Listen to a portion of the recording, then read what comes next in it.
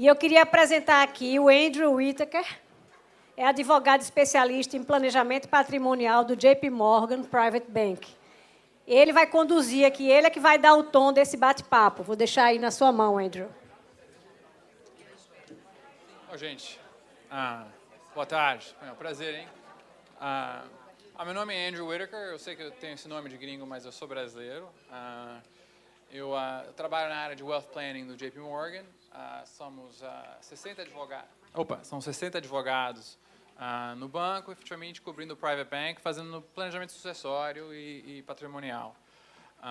Somos 2 cobrindo o Brasil. Eu sou um advogado tributarista americano e eu tenho uma parceira que é uma advogada tributarista brasileira e juntos a gente cobre o mercado brasileiro. E por causa que a gente cobre todas essas famílias do Brasil, a gente tem uma visão interessante do que está sendo feito, não só aqui no Norte, como no Sul, etc. Então, acho que só queria trazer isso.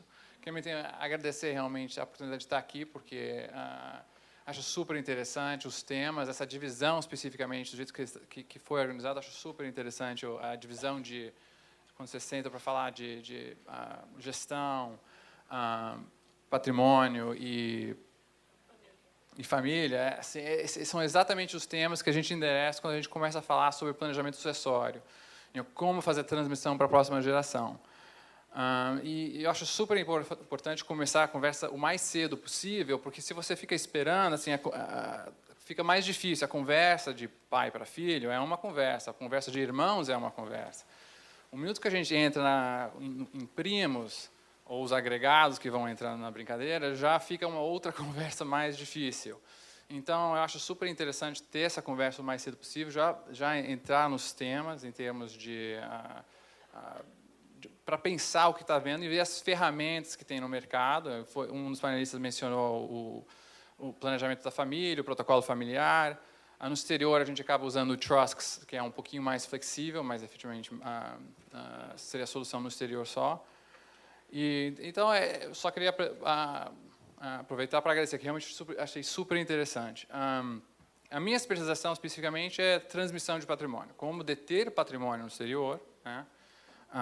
Como transmitir esse patrimônio para a próxima geração e, efetivamente, também como blindar esse patrimônio de mudanças na família. Então, o mais comum, efetivamente, seria mudança de residência. Então, do que eu tenho de clientes hoje, que tem um filho que vai, foi fazer faculdade, mestrado e casou com uma gringa e acabou ficando, poxa, tem um impacto enorme.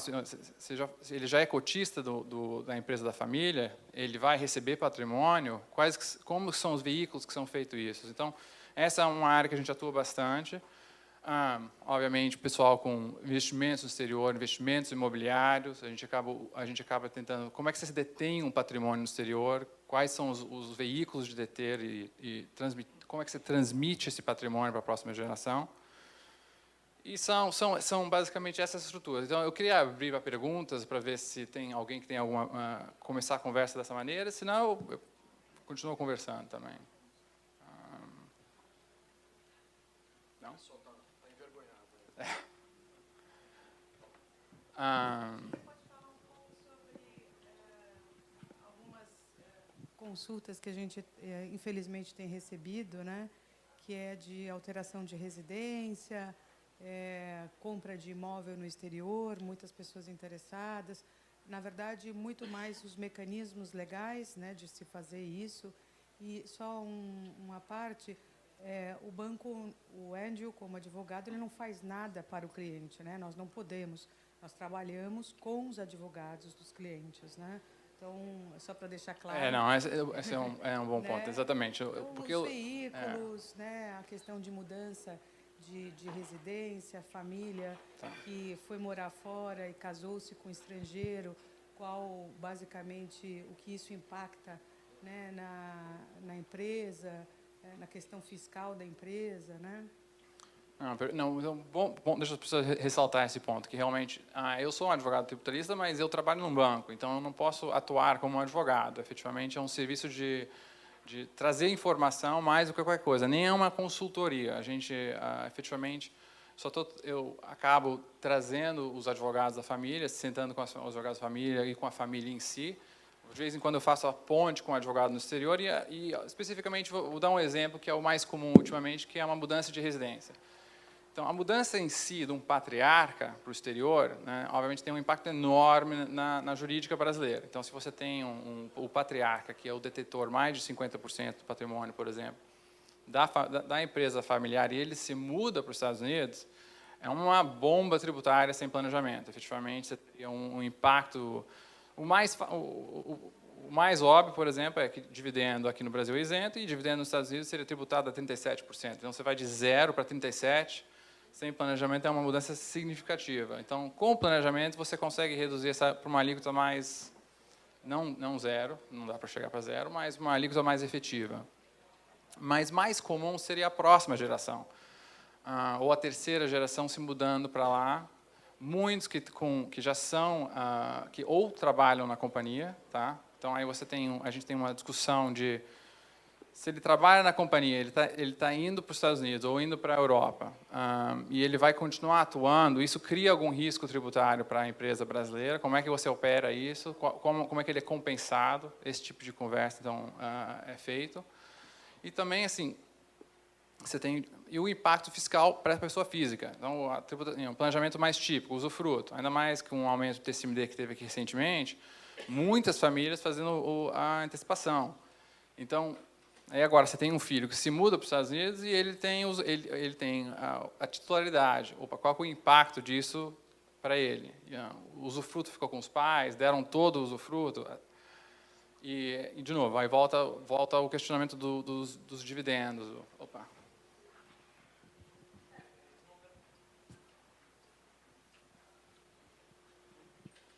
Uma operação de M&A, a saída, quais são os benefícios tributários de uma saída pela holding ou um FIP? Tá. Quais aqui no Brasil? As desvantagens aqui no Brasil. Tá. Então,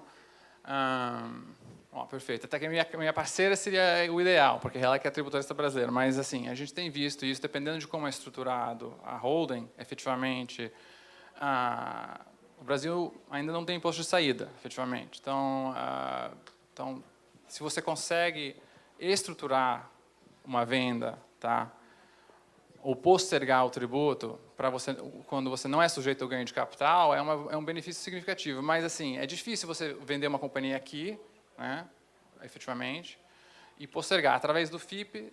Sim, também não é tão fácil como era antigamente, até 2 anos atrás. Hoje em dia é um pouco mais difícil.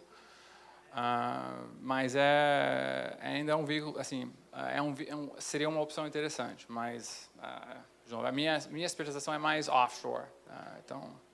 Então, no FIP você consegue postergar o tributo. Você consegue postergar o tributo até você depois, e você consegue... É uma postergação do tributo ou você vai reconhecer agora?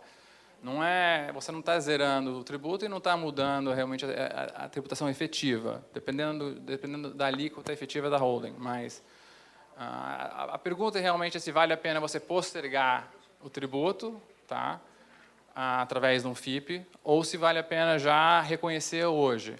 Mas aí é uma discussão mais essa visão é uma pergunta mais política, honestamente, do que tributária, porque é a visão do que você acha que vai acontecer aqui. Então, aí, se você tem de novo, é uma coisa do tributarista da família, mas assim, se você tem uma visão que o tributo, que o IR da pessoa física aqui e deferimento fiscal é uma área que a gente pode ver mudança significativa, então, se você vai conseguir deferir esse tributo a longo prazo, vai ter um aumento de tributação de dividendo ou ITCMD, vale a pena reconhecer agora ou não? Eu acho, na minha visão, e de novo, teria que ser, essa é uma pergunta específica para o tributarista da família. Na minha visão, eu acho uma questão mais política, se você quer reconhecer agora, pagar o tributo agora ou postergar o tributo, que efetivamente não muda muito. Mas, Dentro dessa observação que lá fora, principalmente Estados Unidos e Portugal, que o pessoal daqui investe muito, que os dividendos das empresas que você abre lá, você tem que tributar.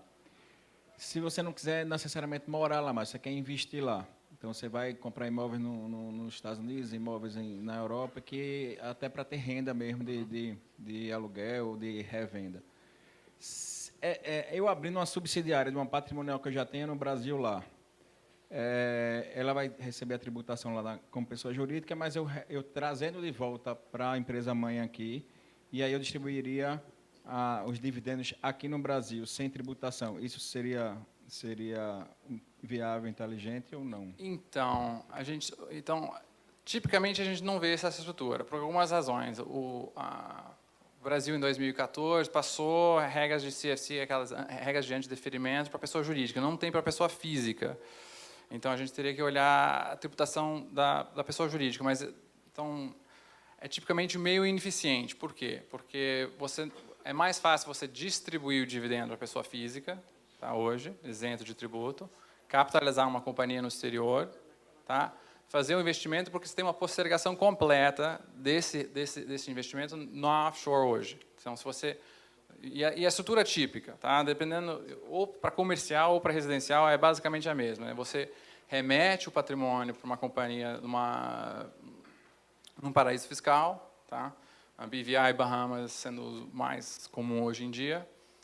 E aí você capitaliza o investimento comercial residencial, tipicamente através de uma LLC americana que faz uma eleição para ser tratada como uma jurídica americana. Então, esse investimento é sujeito a tributação de 21%.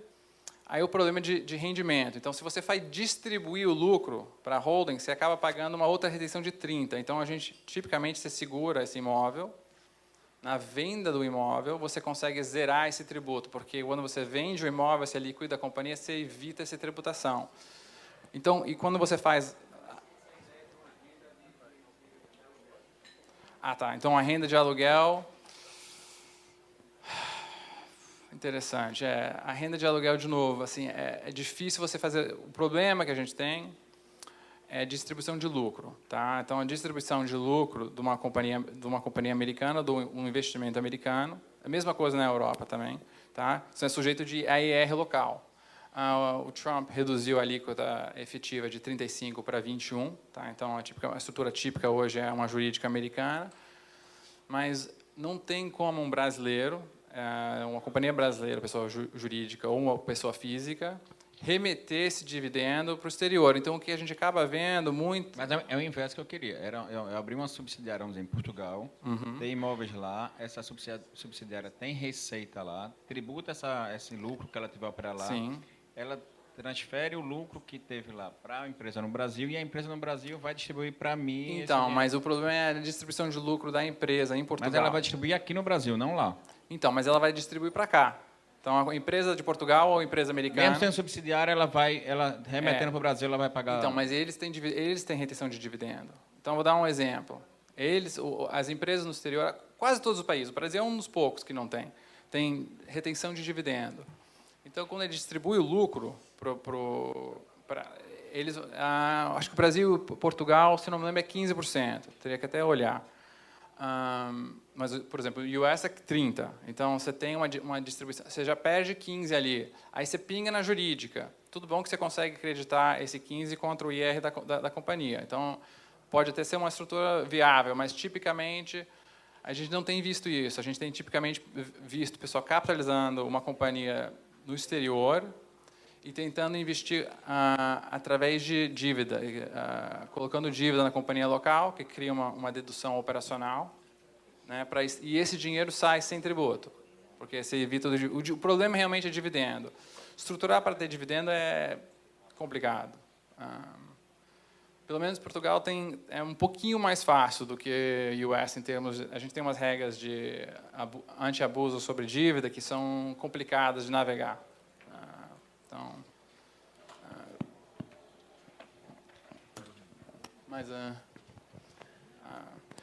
essa conversa, então, em termos de investimento nos Estados Unidos hoje, e não só nos Estados Unidos como na Europa também, tem sido provavelmente um dos tópicos que a gente mais gasta tempo realmente é investimento nos Estados Unidos, porque assim, historicamente, nossa, do que a gente tinha de cliente que tinha uma holding, tá, que seja BVI, Bahamas, Panamá por muitos anos foi bem favorável.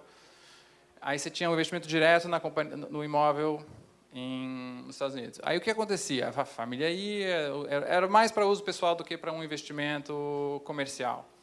Aí a família ia, ficava todo mundo usando e nunca teve uma discussão de, opa, essa pessoa jurídica é uma pessoa separada da família. Então esse uso desse ativo, ele deveria ser usado como se fosse uma outra pessoa, né? Deveria ter um aluguel. Então, porque aí teve exatamente esse caso que aconteceu com um peruano, coitado. Ele mantinha uma casa em Key Biscayne, a família inteira dele estava morando lá.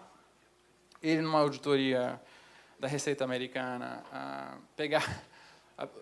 pegaram ele, fez uma outra operação meio comercial, que não tinha nada a ver. Na auditoria daquela transação, chegaram na vida dele. Então, viram, olha, ele tinha uma companhia em BVI, que tinha um imóvel em Key Biscayne, ele e a família morando lá o ano inteiro, sem nunca ter pago um tostão de aluguel. E esperei, o juiz falou, não, vocês é uma pessoa jurídica separada, você devia ter pago o aluguel, eu vou criar um aluguel e vou te atribuir o dividendo, né? Então, você vai ter um dividendo de 30% e, multa, tributação, eles acabaram, acho que a multa ali foi $270 mil,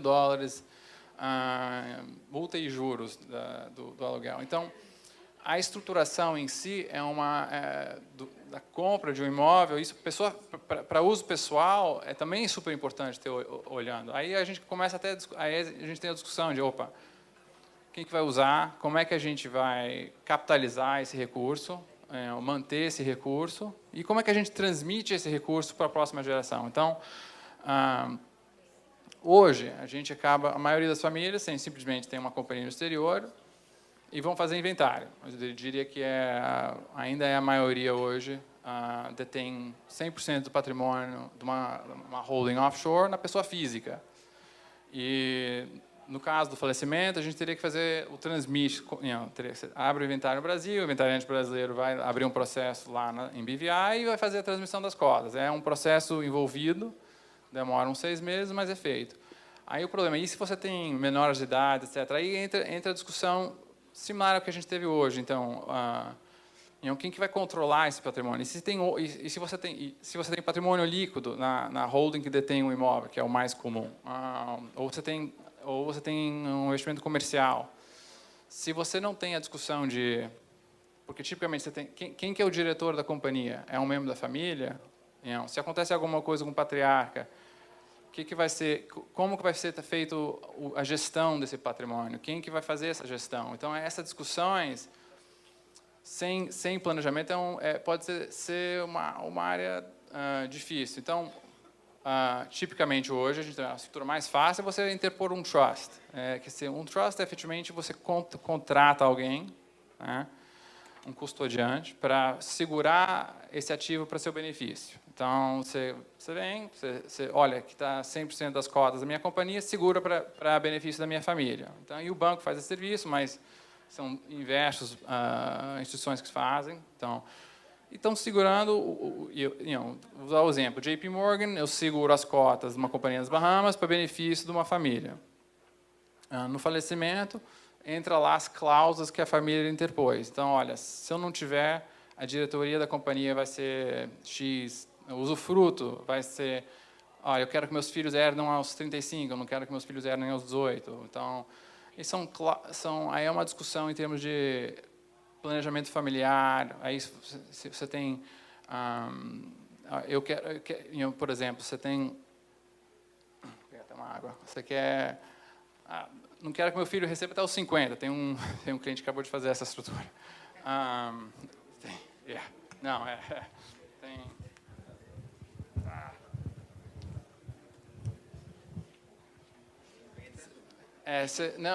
A família começou aos 30, depois, acho que entrou uns agregados ali, eles mudaram as cláusulas para postergar para a maioridade. Então, mudou significativamente. Não só isso, como também a gente tem visto uma preocupação muito grande com a união estável aqui no Brasil. Eu como gringo, acho meio louco você começar a namorar já te criar um risco, mas dependendo da situação aqui, a gente tem visto famílias olhando o planejamento patrimonial e olhando segregação de risco, mais na área de, opa, espera aí, eu vou postergar a herança para os meus filhos até uma idade maior, simplesmente para te dar um conforto da blindagem patrimonial. Mas...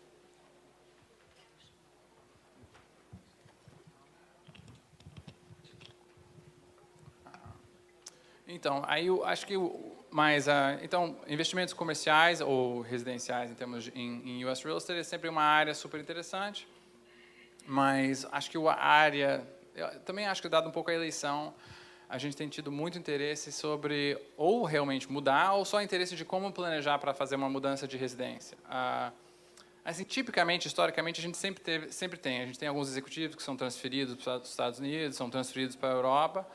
E como é que você segura o patrimônio? Tá? Como é que você faz uma transmissão de patrimônio de uma geração para a próxima se você tem múltiplas residências? Então, eu tenho uma família que o patriarca é residente fiscal americano,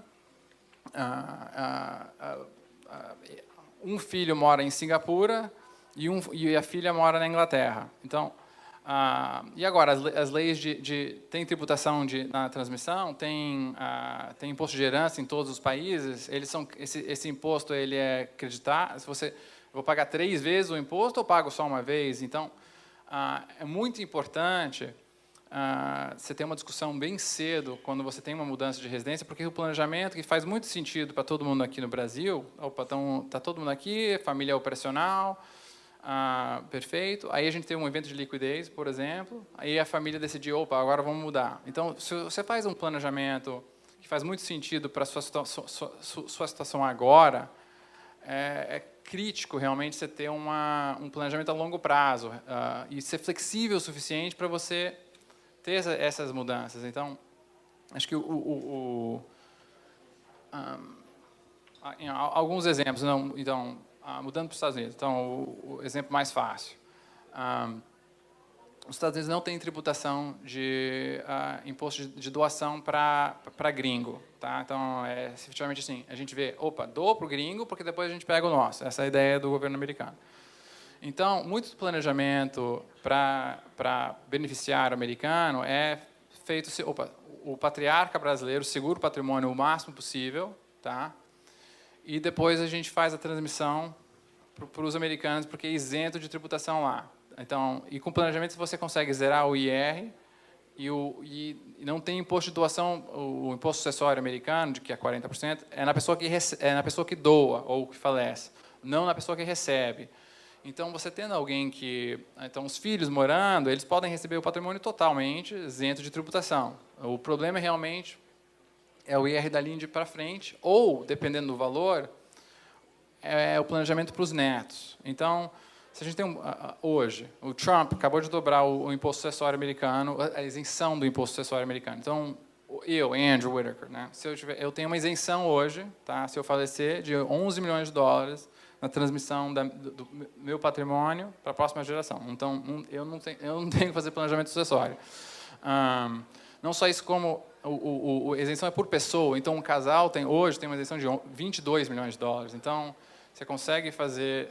honestamente, hoje, a maioria das pessoas fazendo o projeto de migração para os Estados Unidos não tem que olhar imposto sucessório. É uma isenção de 22 milhões e, dependendo de idade, a gente consegue, com planejamento, até 30 milhões, facilmente blindar o patrimônio do imposto sucessório. Então, o imposto sucessório americano realmente não é a dor de cabeça na mudança. A dor de cabeça na mudança é o imposto de renda. Mas o planejamento típico, assim, quando você tem patrimônio muito acima de 50 milhões de dólares, 100 milhões de dólares, você não quer doar para o gringo de cara. Você não quer, porque se você doa para o americano, aí o governo americano vai pegar o dele no falecimento dessa pessoa. Então, o que a gente acaba vendo é assim, a gente tipicamente tem uma doação do patriarca ou matriarca para a estrutura que é um trust, efetivamente um contrato onde um custodiante vai segurar esse patrimônio para benefício dos filhos, tá, ou dos americanos. Eles vão ter um usufruto e depois passa para os netos isento de tributação. Então, esse é o planejamento típico. Mas alguém tem Alguém tem um interesse, algum exemplo de alguém se mudando? Eu tenho... Não? Ninguém se mudando para os Estados Unidos? Poxa... Não. Não. Assim, eu diria que a maioria dos nossos clientes que estão se mudando para lá são pessoal com filho pequeno. Ou os cariocas especificamente. Tem vários... É uma porcentagem significativa, eu diria, de pessoal se mudando, realmente E Portugal também, porque Portugal hoje tem uma isenção de 10 anos de imposto de renda, que é bem atraente. A gente tem várias famílias olhando a situação fiscal e a expectativa de um aumento de imposto de renda aqui no Brasil, a situação política, e olhando uma mudança, e não só isso, como um estilo de vida. O pessoal querendo mudar mais por estilo de vida do que nada, mas Portugal hoje a gente tem sido muito atraente por causa da isenção de 10 anos, e a Itália também agora passou uma isenção de 15 anos para imposto de renda, então você pode se mudar para a Itália efetivamente com uma isenção completa, mas são essas jurisdições que têm sido as mais atraentes recentemente, mas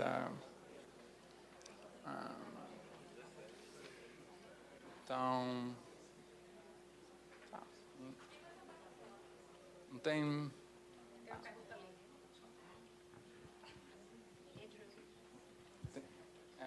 Opa, boa tarde. Andrew, eu queria saber a tua opinião sobre empresas que fazem transações com Bitcoin ou alguma moeda virtual, e se tu tem alguma previsão a respeito desse investimento. Nossa.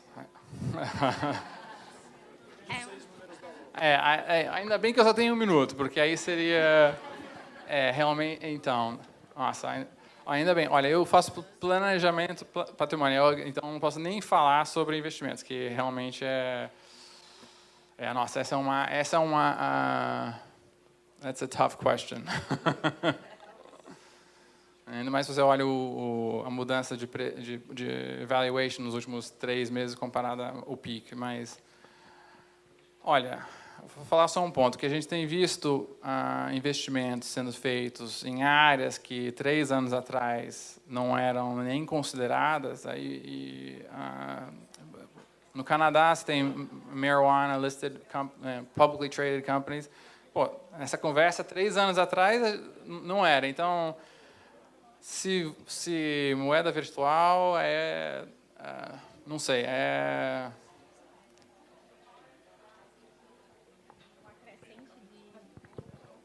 Você vem de fora, de outros países, como os Estados Unidos. Tu acha que está uma crescente grande a esse ponto, assim, das pessoas começarem a conversar mais dessa forma de investimento, de querer não um tipo de patrimônio? Em termos de agora acabou o meu tempo. Então é uma área que a gente vê de diversificação. Tem, cara, ainda bem que você perguntou no final, senão não tinha desculpa para sair. Mas a gente vê mudanças de famílias olhando em termos de diversification, tá? De risco. Mas esse ativo especificamente, I don't know. Eu deixo isso para alguém que é mais especialista. Então, obrigado, gente.